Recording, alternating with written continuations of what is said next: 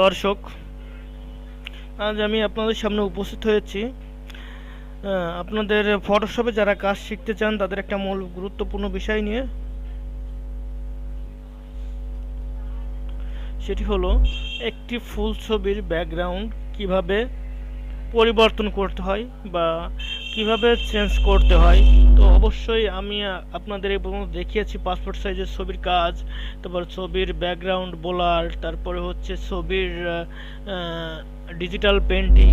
তো আজ আমি আপনাদের দেখাবো কিভাবে ফুল ছবির ব্যাকগ্রাউন্ড চেঞ্জ করতে হয়। সেক্ষেত্রে আমি ফটোশপটা ওপেন করলাম, আপনারা দেখতে পাচ্ছেন। তো আমার চ্যানেলে যারা আছেন তাদেরকে অসংখ্য ধন্যবাদ জানাই, যারা আমার ভিডিওগুলো দেখেন তাদেরকে অসংখ্য ধন্যবাদ, আমার পক্ষ থেকে অভিনন্দন। আর যারা এখনও আমার চ্যানেলটি সাবস্ক্রাইব করেননি তাদেরকে অবশ্যই জানাই যে আপনারা ভিডিওটি দেখবেন এবং সাবস্ক্রাইব করবেন আর বেশি বেশি করে শেয়ার করবেন। তো গাইস, আমি শুরু করছি আজকের এপিসোড আপনাদের সঙ্গে নিয়ে। তো আমি ফটোশপ ওপেন করছি, ওপেন করার পরে দেখুন আমি একটা ছবি আনছি, ছবিটা ফটোশপে রাখলাম। ছবিটা আমার আগে থেকে সিলেক্ট করা ছিল। তো এই যে ছবিটা দেখতে পাচ্ছেন, একটা ফুল ছবি রাস্তার উপরে দাঁড়িয়ে আছে। তো সেক্ষেত্রে আমি ছবিটা যখন কাজ করতে চাচ্ছি, তো ছবিটা আগে আমি আমার সিলেক্ট করে কেটে নিতে হবে, বা এই স্থান থেকে অন্য স্থানে যখন নিতে হবে তখন আমার ছবিটা কাটা লাগবে। তো সেক্ষেত্রে আমি এই টুলটা ব্যবহার করব। এখানে হচ্ছে আপনার পেন টুল, পেন টুলটা আমি ব্যবহার করব। দেখুন গাইস, আমি অলরেডি কাজ শুরু করে দিছি, পেন টুলের কাজ। ছবিটার রেজলিউশন অবশ্যই কম আছে অনেকটাই, আপনারা বুঝতে পারছেন যে ছবির রেজলিউশনটা অনেকটাই কম আছে। তো দেখুন আমি অলরেডি কাজ শুরু করছি, হয়তো অতটা ফিনিশিং করতে পারবো না কারণ ভিডিওটা শর্ট করে করতে হবে। তো গাইস, নতুন যারা স্টুডিওতে কাজ করছেন অবশ্যই ভিডিওটি ফলো করবেন, আপনাদের জন্য ভিডিওটি তৈরি করা। অবশ্যই আপনারা যদি চেষ্টা করেন এভাবে করার, অবশ্যই করতে পারবেন, শর্টকাট একদম।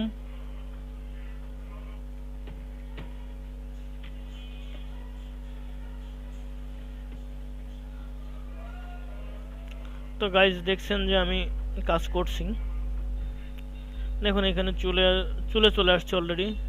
একইভাবে আমি কেটে নিচ্ছি, দেখেন।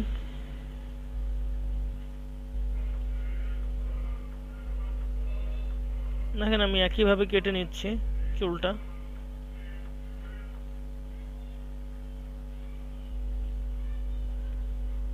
আমি একইভাবে কেটে নিচ্ছি, দেখতে পাচ্ছেন দর্শক। আর আমার চ্যানেলে যারা আছেন তারা অবশ্যই দেখতে পারবেন ভিডিওগুলো, শেয়ার করবেন।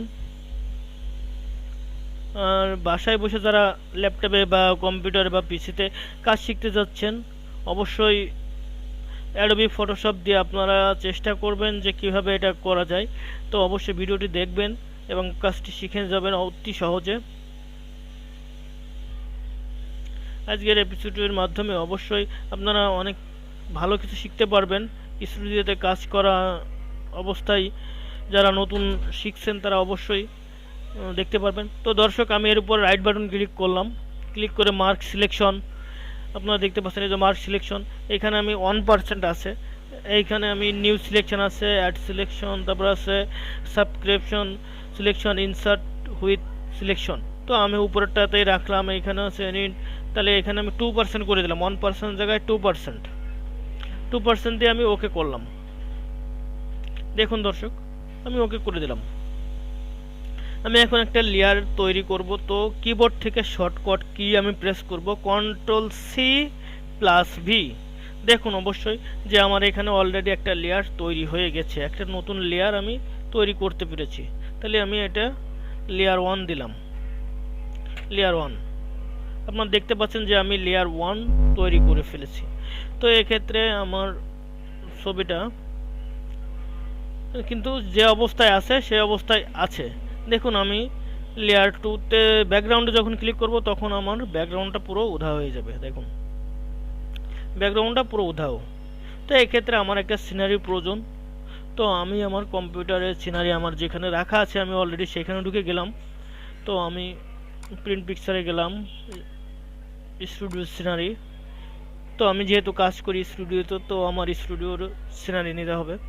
তো এইখানে আমি যখন একটা সিনারি নিলাম, তো আমি এর একটা সিনারি নিলাম, এই একটা আমি সিনারি নিলাম, দেখুন এই একটা আমি সিনারি নিলাম, নিয়ে এবার ছবিটা আমি এর উপরে নিয়ে যাব। তাহলে আমার লেয়ারের উপর সিলেক্ট করা আছে, দেখুন এই যে অতি সহজে আমি এখানে নিয়ে আসলাম।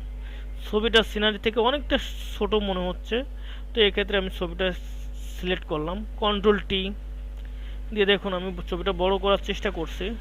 ছবির রেজুলেশন অনেকটা কম, আমি আপনাদের আগে থেকেই বলছি যে ছবির রেজুলেশন অনেকটা কম।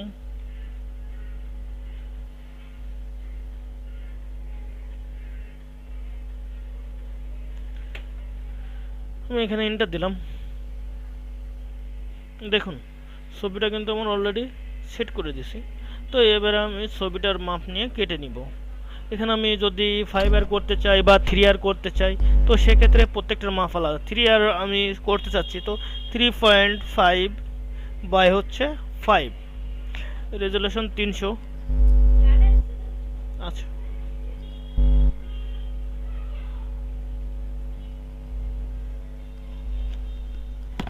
রেজুলেশন 300 রাখলাম।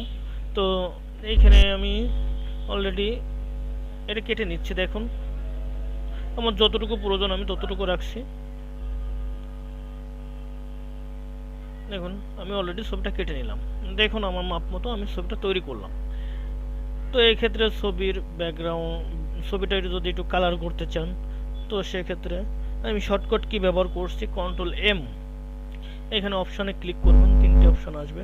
তো আপনারা যেটা ইচ্ছে সেটা দেখতে পারেন, এই যে এখানে দেখেন, এখানে যেটা ইচ্ছে সেটা দিতে পারবেন। তো আমার উপরেরটা আমি মনে হয় ভালো আসতেছে, তো আমি উপরেরটাই রাখলাম। রাখার পরে আমি একটু লাইট যদি প্রয়োজন হয় তাহলে আমি এখান থেকে লাইট দিতে পারি। আবার কন্ট্রোল এল স্পেস থেকেও আমি লাইট ব্যবহার করতে পারি বা এখান থেকে কালার অ্যাডজাস্টিং করতে পারি। তো এখানে আমি যদি করতে চাই তাহলে আমি রেডটা একটু কমাতে চাই হালকা। তো এই ক্ষেত্রে আমি রেডটা যদি একটু কমাতে চাই, দেখুন দেখুন তো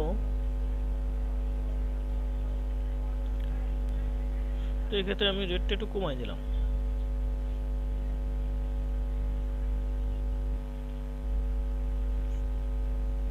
চুলে যদি কালার দিতে চাই, হালকা একটু ছবিতে কালার দিতে হবে ব্ল্যাক, তো আমি এখানে সিলেক্টিভ কালারে গেলাম, অ্যাডজাস্টিং কালার সিলেক্টিভ কালারে যাই, এখানে আমি ব্ল্যাক করে দিলাম, দিয়ে আমি একটু প্লাস করে দিলাম, আমি প্লাস 20% করলাম, ঠিক আছে। তো এইখানে চুলের উপর যদি হালকা কোনো কিছু লাল দেখা যায় বা চুলের উপরে যদি কালারটা অ্যাডজাস্টিং না হয়, তো সেক্ষেত্রে আমি এই টুলটা ব্যবহার করলাম, বার্ন টুল। দেখুন আমি এর উপরে দিয়ে দিচ্ছি, এখানে আমি 30% করছি, আমি 30% কাজ করি তার জন্য 30% করে রাখছি।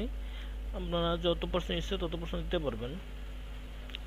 তো দেখুন দর্শক, আমি এটা করে দিচ্ছি, অ্যাডজাস্টিং করে দিলাম। তো এক্ষেত্রে যদি ব্যাকগ্রাউন্ডে কেউ কালার পরিবর্তন বা কোনো কিছু করতে চান, তো ব্যাকগ্রাউন্ডে ক্লিক করবেন, ব্যাকগ্রাউন্ডে ক্লিক করে কন্ট্রোল এম প্রেস করলাম, আমি অপশান আসলো, অপশান আপনার যেটা ভালো লাগে সেটা করবেন। আমি উপরেরটাতে ক্লিক করলে আমার ব্যাকগ্রাউন্ডের কালার একটু সুন্দর মনে হচ্ছে, তো আমি এক্ষেত্রে ব্যাকগ্রাউন্ডের কালার ক্লিক করলাম। তো এই ব্যাকগ্রাউন্ডের কালারটা যদি আবার আপনারা ব্ল্যাক দিতে চান, ব্লার করতে চান, সেটা অন্য ব্যাপার। তো এইখানে আমি দেখতে পাচ্ছি যে আমার মুখটা একটু পরিষ্কার করা দরকার, তো এক্ষেত্রে আপনারা এই টুলটাও ব্যবহার করতে পারেন। এইখানে এখানে এই টুলটাও ব্যবহার করতে পারেন, এই যে এই টুলটাও আপনি ব্যবহার করতে পারেন। তো আমার ছবির যেহেতু রেজুলেশন কম, সেক্ষেত্রে আমি এখানে ডিজিটাল পেন্টিংয়ের মতো কাজ করব। তো এইখানে এটা আমি নিলাম, নিয়ে এইখানে আমি ক্লিক করলাম, করে আমার যেটা প্রয়োজন সেটা আমি ক্লিক করে নিব। আমার হচ্ছে গেন কত 118 দুইটা আছে, তো আমার